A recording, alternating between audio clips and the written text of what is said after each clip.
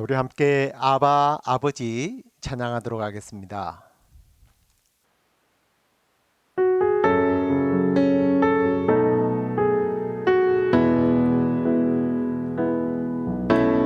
아바 아버지 아바 아버지 나를 안으시고 바라보시는 아바 아버지 아바 아버지 아바 아버지 나를 도우시고 힘주시는 아버지 주는 내 마음을 고치시고 볼 수 없는 상처 만지시네 나를 아시고 나를 이해하시네 내 영혼 새롭게 세우시네 아바 아버지 아바 아버지 나를 안으시고 바라보시는 아바 아버지 아바 아버지 아바 아버지 나를 도우시고 힘주시는 아버지 주는 내 마음을 고치시고 볼 수 없는 상처 만지시네 나를 아시고 나를 이해하시네 내 영혼 새롭게 세우시네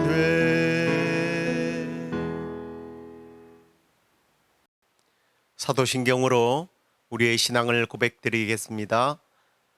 전능하사 천지를 만드신 하나님 아버지를 내가 믿사오며 그 외아들 우리 주 예수 그리스도를 믿사오니 이는 성령으로 잉태하사 동정녀 마리아에게 나시고 본디오 빌라도에게 고난을 받으사 십자가에 못 박혀 죽으시고 장사한 지 사흘 만에 죽은 자 가운데서 다시 살아나시며 하늘에 오르사 전능하신 하나님 우편에 앉아 계시다가 저리로서 산자와 죽은 자를 심판하러 오시리라. 성령을 믿사오며 거룩한 공회와 성도가 서로 교통하는 것과 죄를 사하여 주시는 것과 몸이 다시 사는 것과 영원히 사는 것을 믿사옵나이다. 아멘. 찬양 하나 더 하도록 하겠습니다. 나를 지으신 주님 찬양하시겠습니다.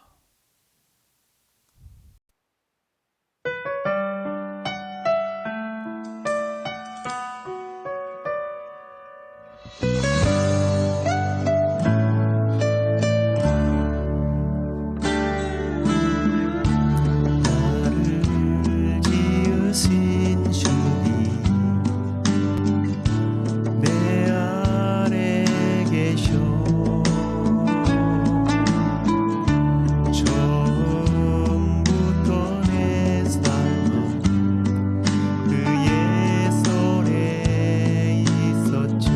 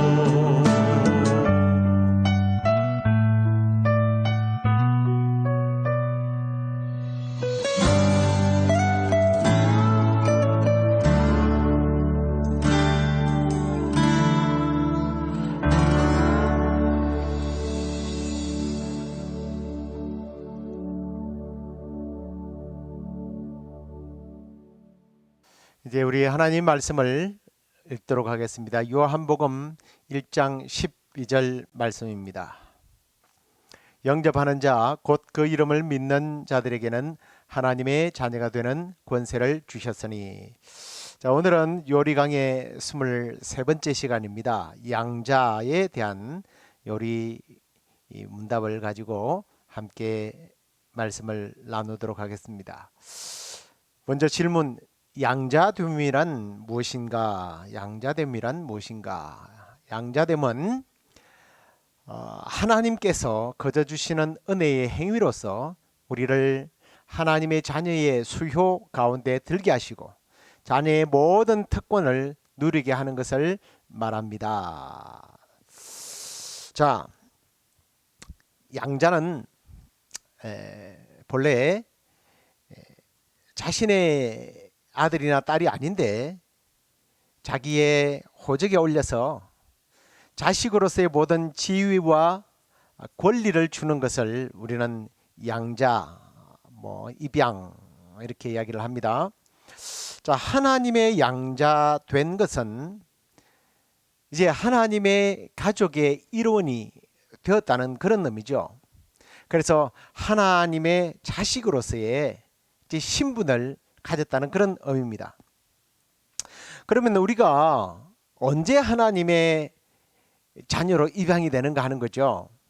오늘 우리가 요한복음 1장 12절 말씀을 읽었습니다만, 영접하는 자에게, 다시 말해서 예수 그리스도를 믿는 순간 하나님의 자녀가 된다고 성경은 말씀하고 있습니다.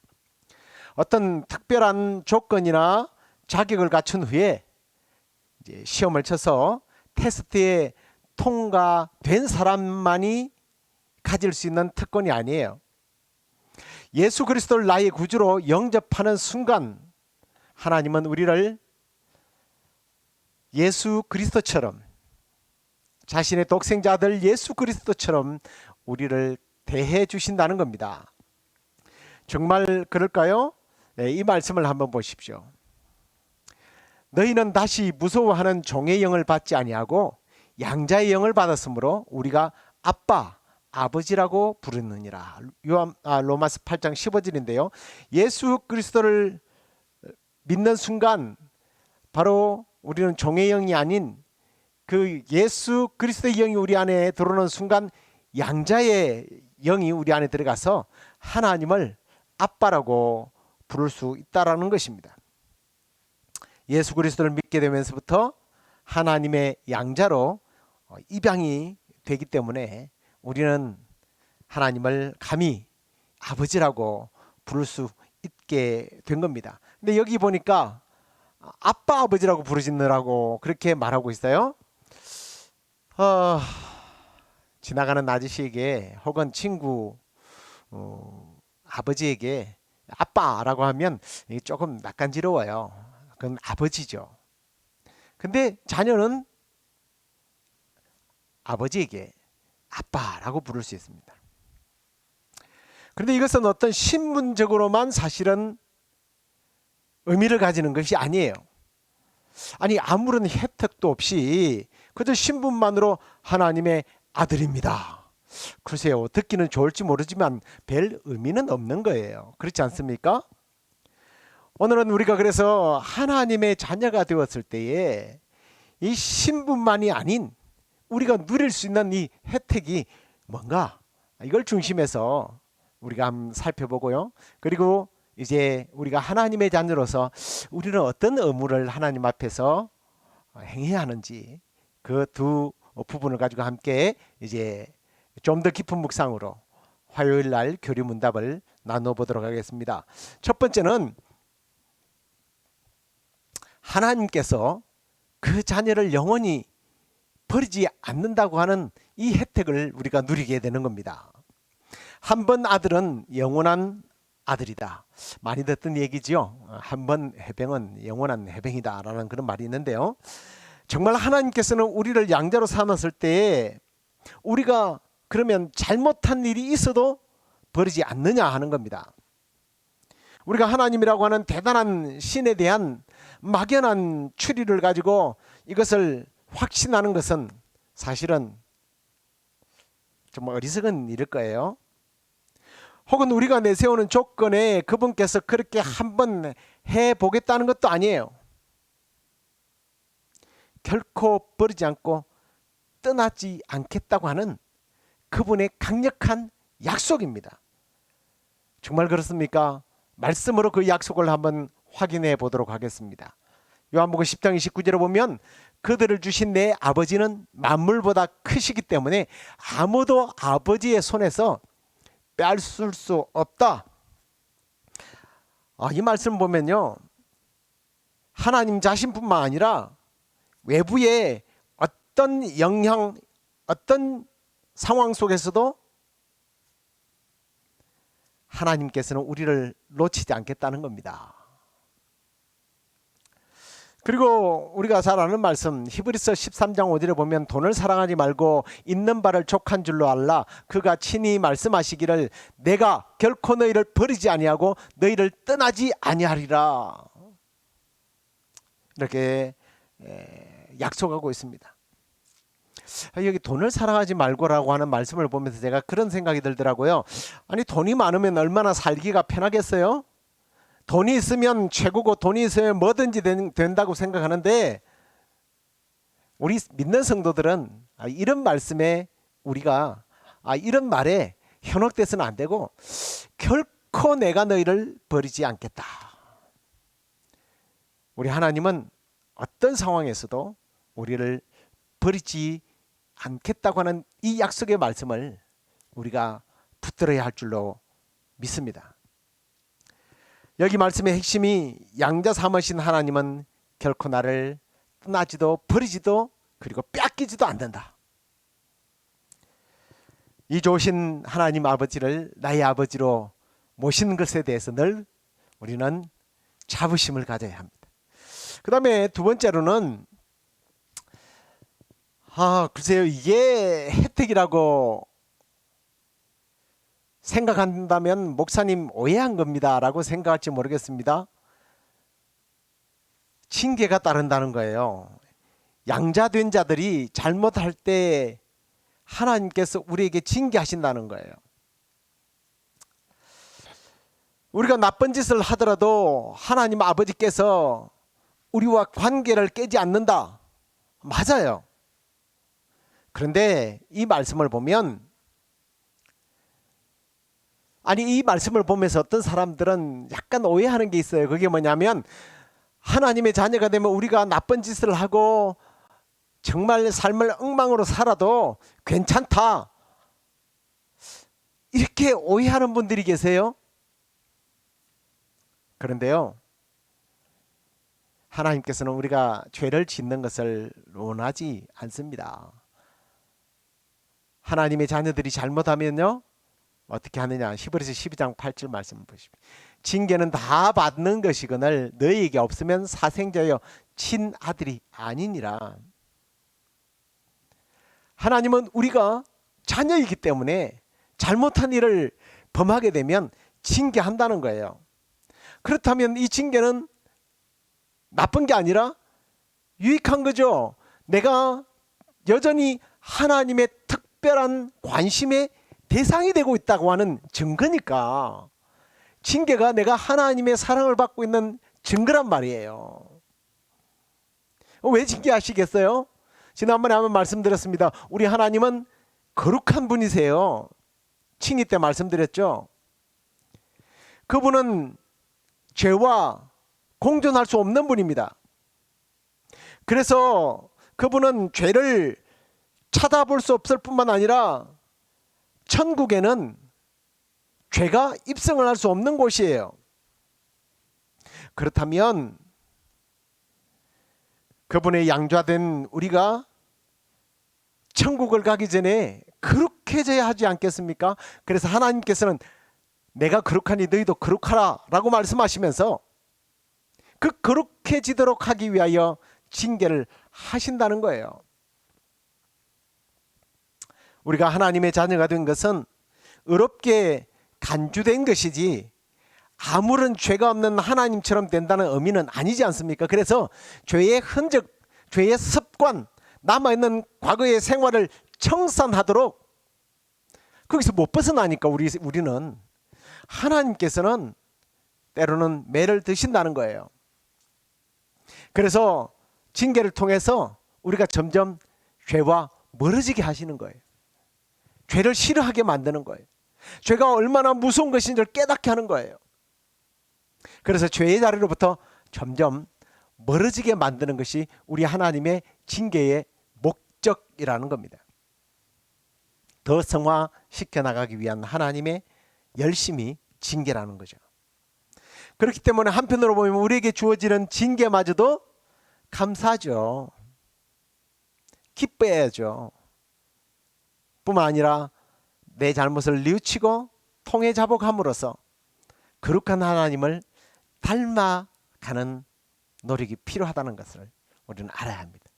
자, 그 다음에 이제 세 번째로는 하나님 앞으로 우리는 수시로 나갈 수 있다는 거예요. 이게 놀라운 혜택이죠. 하나님의 자녀로서의 혜택 아닙니까? 하나님은요, 만왕의 왕이십니다. 그 왕이신 하나님 앞에 일반인들이 어떻게 나갈 수 있겠어요? 그런데 우리는 하나님의 자녀잖아요. 왕자요, 공주예요. 그래서 아무런 끄리낌 없이 제약 없이 그분께 나아갈 수 있습니다. 어포인트먼트 할 필요 없어요. 그리고 하나님께 나갈 때 두려움과 공포 속에서 부들부들 떨면서 나갈 필요도 없어요. 히브리서 4장 16절 말씀을 보십시오. 그러므로 우리는 긍휼 하심을 받고 때를 따라 돕는 은혜를 얻기 위하여 은혜의 보좌 앞에 담대히 나아갈 것이니라. 당당하게 나간다는 거예요. 우리가 우리의 필요를 위해서 우리 하나님 아버지 앞에 나아갈 때에 그저 막 두렵고 떨리는 마음이 아니라 당당하게 어깨를 펴고, 이게 얼마나 큰 축복이에요. 심지어 우리 하나님 아버지는 나에게 오라, 이 상태가요, 어떤 상태냐면 죄와 허물로 말미암아 잘못되어지고, 정말 어쩌면 이런 표현이 맞는지 모르겠습니다. 세상에서 치탄받고 손가락 받는다 할지라도 하나님께서는 이렇게 말씀합니다. 여호와께서 말씀하시되 오라 우리가 서로 변론하자. 너희의 죄가 주홍 같을지라도 눈과 같이 희어질 것이요 진홍같이 붉을지라도 양털같이 희게 되리라. 할렐루야. 그러므로 하나님의 자녀가 된 우리는요, 하나 깨닫는 게 있어야 돼요. 우리가 하나님 앞에서 가장 큰 죄가 뭘까? 예수 안 믿는 게 죄다? 아니, 우리는 이미 하나님을 믿고 하나님을 아버지라고 섬기기 때문에 우리에게 가장 큰 죄가 있다면 뭐겠어요? 뭐가 가장 큰 죄일 것 같습니다. 뭐 십계명을 많이 범하는 것, 이게 큰 죄일까요? 아니에요. 큰 죄가 있다면 하나님 앞에 나아가지 않는 죄입니다. 우리가 어떤 형편, 어떤 상황, 어떤 부끄러운 모습을 가졌다 할지라도 하나님은요, 우리에게 제발 오라고 요청하시는 분이세요. 너희 죄가 정말 주홍 같은 붉은 죄냐? 그 어떤 큰 죄라 할지라도 오라는 거예요. 여러분, 우리가 하나님 앞에 나가기만 하면 우리 하나님께서는 우리를 또 긍휼히 여기시고 용서하시는 분이에요. 그러기 위해서, 오도록 하기 위해서 징계하시는 거예요. 자, 그러면 우리가 이 하나님 앞에 이런 혜택을 받는다고 말씀을 드렸습니다. 영원히 버리지 않고 우리를 사랑하기 때문에 징계까지 하시면서 거룩하게 만들고, 우리가 어떤 상황과 형편에 있다 할지라도 오라라고 하시는 그 주님 앞에 우리는 하나님의 자녀로서 그러면 어떻게 살아야 하느냐? 많겠죠. 많이 있겠지만 두 가지만 우리의 실천 행동 강령을 소개하고 말씀을 마치겠습니다. 첫 번째는 말씀 앞에 순종하라는 거예요. 사실은 이 안에 모든 것이 다 포함되어 있는 것 같아요. 특별히 이제 우리가 신명기 말씀을 보면 하나님께서는 당신의 백성들에게 가장 중요한 덕목을 가르칠 때 그게 뭐냐면 순종이었어요. 순종. 이 말을 아주 끄덕하는 것을 봅니다. 특히 이제 신명기 13장 4절을 보십시오. 너희는 너희 하나님 여호와를 따르며 그를 경외하며 그의 명령을 지키며 그의 목소리를 청종하며 그를 섬기며 그를 의지하라. 이게 다 뭐예요? 주님의 말씀 앞에 순종하고 따르는 거예요. 근데 이게 하나님께서 야, 네가 내 체면을 깎아먹네. 나의 체면이지. 나의 권위를 생각해서 이놈아 좀 내 말 좀 들어. 뭐 이런 의미겠습니까? 그런 의미가 아니라 성경에는요. 왜 그렇게 해야 되는지에 대한 이유를 이 신명기 28장에 이제 쭉그 2절 이후에 보면 설명하는 것을 봅니다. 너무 많기 때문에 제가 그냥 이 자막에다 넣지 않았어요. 그 2절 이하에 보면 하나님께서요 이렇게 말씀합니다. 여러분이 너무나 잘 아는 말씀을 내가 읽겠습니다. 네가 내 하나님 여호와의 말씀을 청종하면 이 모든 복이 내게 임하며 내게 이르리니 성읍에서도 복을 받고 들에서도 복을 받을 것이며 내 몸의 자녀와 내 토지의 소산과 내 짐승의 새끼와 소와 양의 새끼가 복을 받을 것이며 내 광주리의 떡 반죽 그릇이 복을 받을 것이며 네가 들어가도 복을 받고 나가도 복을 받을 것이니라. 와, 순종하는 것이 하나님만 위한 것이고 나는 손해보는 것이다. 아니요. 지금까지 우리가 늘 그래 왔어요. 높은 위치에 있는 사람들이 아랫 사람들에게 순종해라 복종해라 할 때에 다 누구를 위했습니까? 자기를 위해서죠. 자기의 분을 더 채우기 위해서, 자기의 권위를 인정받기 위해서, 자기가 자유를 누리고 자기가 편하기 위해서 아랫 사람들을 착복하고 명령에 복종하라고, 복종 안 할 때는 탄압을 합니다. 그런데요, 우리 하나님 아버지는 자신에게 순종하라는 이유가 다 당신의 자녀들을 위해서라는 거죠. 그래서 우리가 하나님의 말씀 앞에 그분의 뜻 앞에서 순종하는 것이 얼마나 중요한가. 내가 복받는 길이야 라는 것을 잊지 마십시오. 근데요, 특별히 이 순종이 얼마나 대단한 것인지에 대해서 말씀할 때에 저는 이 말씀이 참 두고두고 가슴에 여운을 남기는 것 같아요. 이 말씀을 보십시오. 히브리서 5장 8절과 9절. 예수 그리스도는 아들이시면서도 받으신 고난으로, 십자가의 고난으로 순종함을 배웠어. 십자가에 죽기까지 순종했다는 거예요. 그러면서 성경은 뭐라고 말합니까? 고난으로 순종함으로 온전하게 되셨은즉 자기에게 순종하는 모든 자에게 영원한 구원의 근원이 되셨다. 저는 뒤에 말은 뭐 잘 아는 사실이고요. 저는 앞에 이 말씀을 가슴에 깊이 새겨 봅니다. 예수님도 고난이 왔지만 순종함을 통해서 어떻게 됐다고요? 온전하게 되었다. 예수님은 친아들인데도 십자가에서 죽음으로 죽기까지 복종함으로 완전하게 되었다는 겁니다. 그래서 그럴까요? 베드로는 하나님의 자녀된 자들에게 이렇게 말합니다. 순종함과 예수 그리스도의 피뿌림을 얻기 위하여 택하심을 입은 자들아. 순종하기 위해서, 하나님의 자녀로서 우리가 순종하기 위해서, 순종케 하도록 하기 위해서 예수 그리스도의 십자가의 희생을 치르게 하셨다라는 그런 말씀입니다. 하나님의 자녀가 된 사람들에게 있어서 그래서 가장 중요한 덕목은 순종입니다. 이걸 잊으면 안 돼요.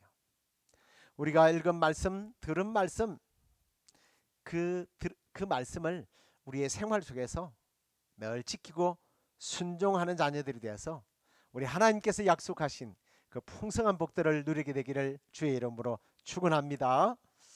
자, 그 다음에 두 번째로 해야 할 일은 뭔가? 감사예요. 자, 이 말씀을 보십시오. 골로새서 3장 17절 또 무엇을 하든지 말에나 일에나 다 주 예수의 이름으로 하고 그를 힘입어 하나님 아버지께 감사하라.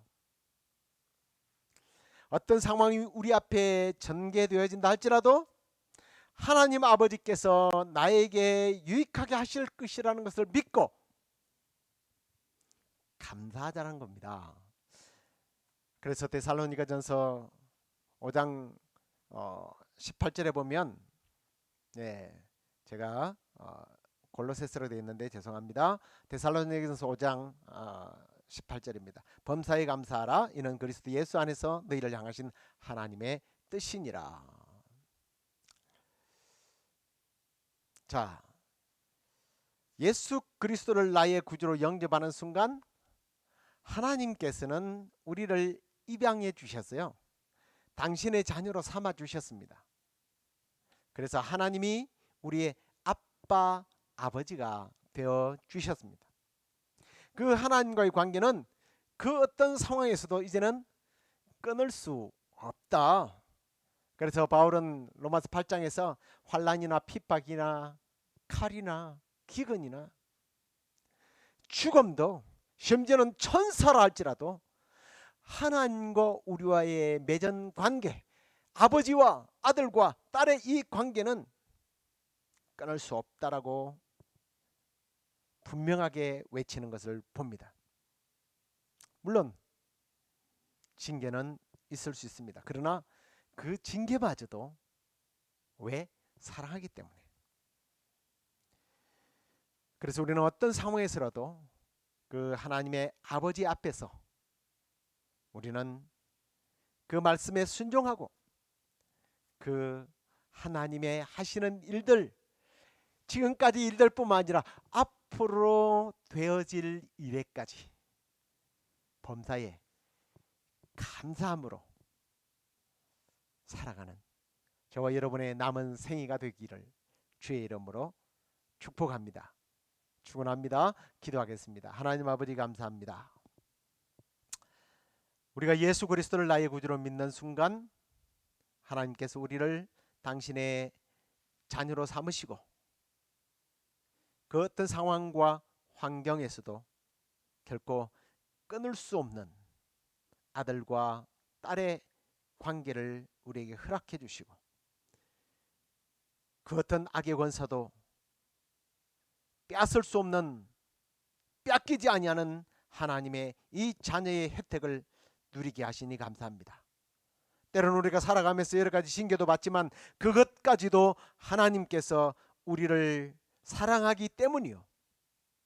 또 우리가 그렇게 범죄함으로 우리가 부끄러운 상황이 있다 할지라도 여전히 당당하게 내 앞으로 나오라고 초청하시며 불러주시는 하나님 아버지 앞에 이제 남은 생에 우리 하나님의 뜻 앞에서, 말씀 앞에서 순종하며 따르며 더 나아가 범사에 감사함으로 나의 아버지 되신 하나님을 높여드리는 생애가 되게 하여 주옵소서. 하나님, 우리 안지 집사님 할머니 하나님께서 불러주셔서 이제 하나님의 품에 안기게 하시고 이렇게 장례 절차를 다 잘 마칠 수 있게 해주셔서 감사합니다. 남은 가족들이 많이 아파하고 힘들 텐데 하나님 천국의 소망으로 이기게 하시고 오히려 이런 절차를 통하여 믿지 않는 사람들이 천국에 대한 소망을 가지는 기회가 되게 하여 주옵소서. 오늘도 여러 가지 기도의 제목을 가지고 우리가 주 앞에 또 올려드리게 될 텐데 주께서 풍성하게 응답해 주시기를 간절히 소망하옵고 예수 그리스도 이름으로 감사하며 기도드리옵나이다. 아멘. 하늘에 계신 우리 아버지여, 이름이 거룩히 여김을 받으시오며 나라에 임하옵시며 뜻이 하늘에서 이루어진 것 같이 땅에서도 이루어지이다. 오늘날 우리에게 일용할 양식을 주옵시고 우리가 우리에게 죄의 지은 사하여 준 것 같이 우리의 죄를 사하여 주옵시고 우리를 시험에 들게 하지 마옵시고 다만 악에서 구하옵소서. 대개 나라와 권세와 영광이 아버지께 영원히 쌓옵나이다. 아멘.